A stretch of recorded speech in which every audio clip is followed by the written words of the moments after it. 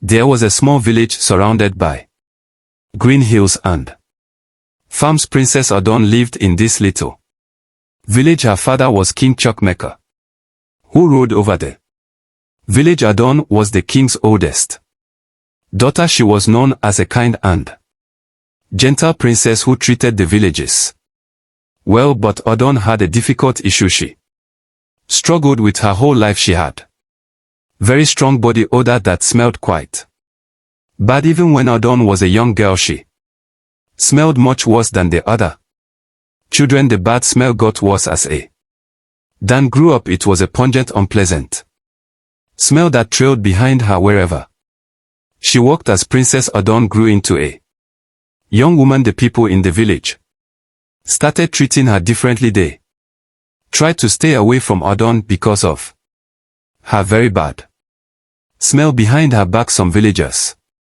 made unkind jokes and comments about how stinky the princess was. Some mothers with children would quickly pull their little ones inside their houses when they saw Adanne walking down the dusty village road. The young girls who used to be Adanne's friends would turn and go the opposite direction to avoid talking with her. This made Adanne very sad. There were many young men in the village and neighboring kingdoms who wished to court Adanne because she was pretty and the king's daughter. However, as soon as they got within 6 feet of her, they were driven away by her odor. They decided not to pursue her despite Adanne's beauty and royal title. This left the princess very lonely. She stopped leaving the palace most days. Princess Adanne would simply stay in her bedroom and gaze out her window, dreaming of true love and a man who could accept her smelly situation. She imagined a husband who would not care about her strong body odor but would love her for her kind heart. But it seemed impossible, and Adanne cried many tears over feeling so alone. It was a hot, vibrant summer day in the village. Princess Adanne was up in her castle bedroom fanning herself. She left her shutters open, hoping to catch a breeze. Then Adanne heard lively sounds floating up from the village square, joyous drum beating and people laughing. She leaned out her window and saw people dancing around a bonfire celebrating the summer feast day. Adanne felt a stirring of excitement. She thought maybe she could sneak out of the palace and observe the festivities without being noticed. People seemed so happy and distracted by the dancing, so Princess Adanne quietly left the palace and tiptoed to the edge of the village square for a few moments. No one realized she had joined them. Adanne stood in the shadows watching wistfully as girls her age spun fast in their colorful skirts, but soon a breeze blew, carrying Adanne's unfortunate odor through the crowd. People wrinkled their noses, glancing around to find the source of the stench. Then the drum beats and dancing halted as all eyes turned toward the lonely princess. Mouths fell open in shock before twisting into unpleasant sneer. People doubled over, gagging and whispered behind their hands while pointing at Adanne. The carefree joy of moments before had vanished. Adanne's eyes filled with humiliated tears. Adanne felt utterly embarrassed and ashamed after being ridiculed while dancing at a village gathering with tears flooding her eyes. She ran away from the crowd and took cover behind some bushes to hide. She crouched down, trembling behind a tree, hoping no one would find her. But then she heard the distant steady beat of a drum growing louder and getting closer. Fearfully she peered through the leaves to see who was approaching. To her surprise, it was a smiling young man from a neighboring village, cheerfully playing a hand drum as he walked directly toward her hiding spot. When he reached her, he stopped playing and kindly asked, "Why did you stop dancing back there? You looked so joyful and free while you were dancing." Adanne was stunned that this stranger had followed her all the way here, especially Since he was able to detect her unusual scent, she replied. Incredulously, you can smell me and yet you still came looking for me here. Everyone back in my village teases me and laughs at my dancing. The young man responded gently. Don't worry about them, I think you're a wonderful dancer. Please ignore their unkind words and keep dancing with happiness and freedom. Adanne was surprised by the young man's kind words. She realized he truly didn't care about her differences. Comforted, she decided she would ignore the cruel taunts of her neighbors and dance freely just as she wished. The young man started playing a cheerful, upbeat rhythm on his hand drum. Adanne was unsure at first, but after a moment she began swaying lightly in time with the music. The stranger's smile grew even wider as he watched her start to move. He picked up the pace of his drumming, playing faster while keeping his eyes fixed warmly on Adanne's. Adanne could feel that he was truly seeing her, not just her outward appearance but her heart and soul. For the first time she could remember, she felt completely accepted. Just as she was, this realization freed her spirit. She let go of her self-consciousness and began dancing fluidly, her body unfurling into graceful motions that left her feeling breathless and elated as the drumming accelerated. Adanne's feet flew faster. She leapt and spun with ease, weaving swift, elaborate steps that came to her instinctively. The rhythm seemed to flow through her, filling her with joy and vitality. With the stranger's admiring gaze holding hers, she felt liberated to fully express her love of dance. When Princess Adanne finally stopped dancing, she and the smiling stranger held each other's gaze for a moment. Adanne felt exhilarated from the joyful dancing and uplifted by the first time she had felt truly seen and accepted by someone. The two of them then suddenly started laughing together, connecting in their shared happiness. After they caught their breath, the young man told Adanne his name is Aaron. He lives in the village nearby and plays drums in the squares for events and celebrations. Orin asked Princess Adanne if she would meet him in this same spot in the bushes again tomorrow. He wanted to talk more and maybe play his drums for her to dance some more. His warm smile and enthusiasm made it clear he had greatly enjoyed their time together. Princess Adanne said yes, she would definitely meet Orin here again tomorrow. Her heart felt fuller and lighter than it had in years. All her life she had been shunned and lonely due to her odor issues, but this stranger had accepted her and even delighted in her dancing. Adanne hurried home, her head spinning, still giddy from the exhilaration of truly being seen. She was overjoyed at having met someone who wanted to meet again for the first time ever. She had made a real friend, and her heart swelled with optimism and excitement about their next meeting.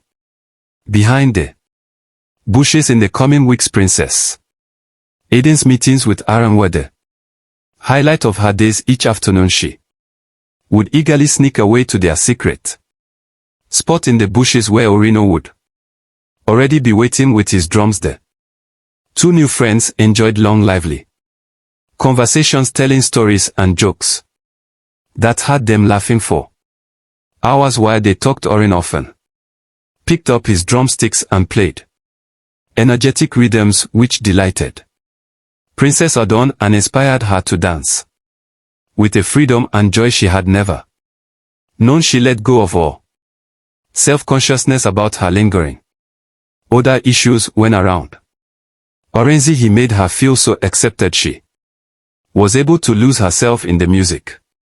Her wild, uninhibited dancing enhanced their connection even more. When Adanne toured past Arinza, he looked at her with admiration for her spirit, her beauty, her essence. Over several weeks, their initial bond grew into a trusting, deep friendship and then budded into warm Affection felt on both sides as Princess Adanne fell in love with Orin and felt his equal caring for her. In return, a part of her act secretly because of their differing stations in life, he a commoner, struggling musician, and she a sheltered royal with a blick to marry well for political ties she assumed the future to gather as impossible, though the princess wished desperately in her most private dreams that social status would not interfere and that they could be bonded in marriage, for she had never felt so happy and accepted as she did with Arinza one afternoon as Princess Adanne and Orin sat closely talking and laughing as usual. He reached over and gently took both of her hands in his. Expression changed to become serious and full of emotion. Arinza told Adanne that he cared for her deeply and wanted them to be together forever. He asked her to marry him, exclaiming his wish that their two villages could be joined through their union. Orin said he didn't care about royal customs or getting permission. He only knew that being with Adanne made him truly happy, and he wanted them to build a life bonded in love. Princess Adanne was overcome with surprised joy at his heartfelt proposal. She cried tears of happiness, having wanted nothing more than to be Aaron's wife, but assumed it could never come to pass. Adanne felt she didn't deserve such a wonderful man willing to overcome all social barriers to declare his unconditional love for her. In her excitement, Adanne threw her arms around Orin's, whispering yes against his smiling lips as they shared a long tender kiss. She had never imagined a love so freeing could be hers. When they finally pulled back, faces flushed and beaming with giddy smiles, the lovers made enthusiastic plans, still high on new possibilities. The princess and the drummer boy agreed they must share the wonderful news with both of their families right away. They would first ask Adanne's parents, the king and queen, for permission to marry, then travel to Orin's village to gain his family's approval and blessing. To the ecstatic pair clasped hands tightly as they set off on their new journey together towards a future as husband and wife. However, soon after their engagement, immense tragedy struck the villages and Princess Adanne's happy new world came crashing down. A deadly, fast-spreading plague swept swiftly through the countryside. The early symptoms were a raging fever and skin covered in large boy-like blisters. Within days, those infected would go into violent fits of madness, then fall deathly. Still, it was a horrific, painful way to die. In desperate efforts to contain the terrifying outbreak, leaders of the four neighboring villages made the decision to completely seal off their borders. No one was permitted to travel between the towns for any reason. If villagers tried to flee, they would be captured and quarantined or even killed on sight by fearful guards. As the plague raged on, week after week, residents hid in their family homes, terrified to interact with anyone who might be infected. Friends and neighbors boarded up their doors and windows, only emerging briefly for provisions before scurrying back to self-imposed isolation. For Princess Adanne, weeks horribly turned into months of being cut off entirely from her beloved Orin. She was trapped within the palace as the plague circled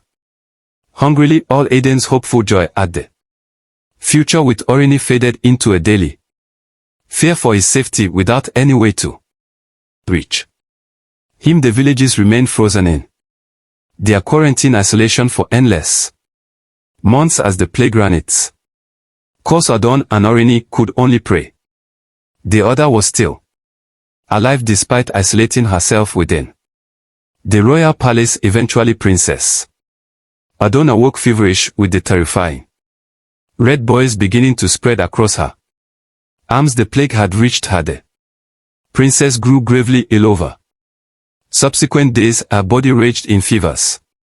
So severe that her dressing gown and bed sheets were constantly soaked through with sweat. The crushing fatigue from fighting the illness left her down too weak to even lift her head for sips of water. Seeing their eldest daughter suffering so was agonizing for the king and queen. They desperately tried every traditional remedy and modern medicine the royal doctor offered up, from abo baths to maggot pulses meant to draw out the disease, but nothing worked to ease Adanne's worsening condition. The situation became dire as the ghostly pale and motionless princess seemed to slip away before their eyes. Finally, in despair, the queen recalled an obscure tonic an old village woman had once brewed when Adanne was little. The reports she had the doctor mixed the potion made of bitter roots and weeks old animal blood. They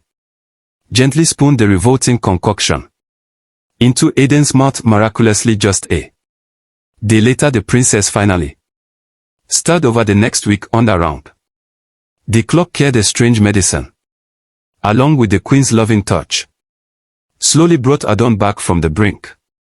Though still very frail, Princess Odor had survived the illness that had killed scores of others. Overjoyed, her parents wept thankful tears as their daughter's fever broke fully and she managed her first want. But music beautiful. After several more days of rest and recovery, Princess Odor finally felt strong enough to carefully stand up from her sick bed, still quite unsteady on her feet after so long prone and weak from fever. She shuffled slowly across the room, one hand trailing the wall for balance. Odor made her way to the full-length looking glass standing in the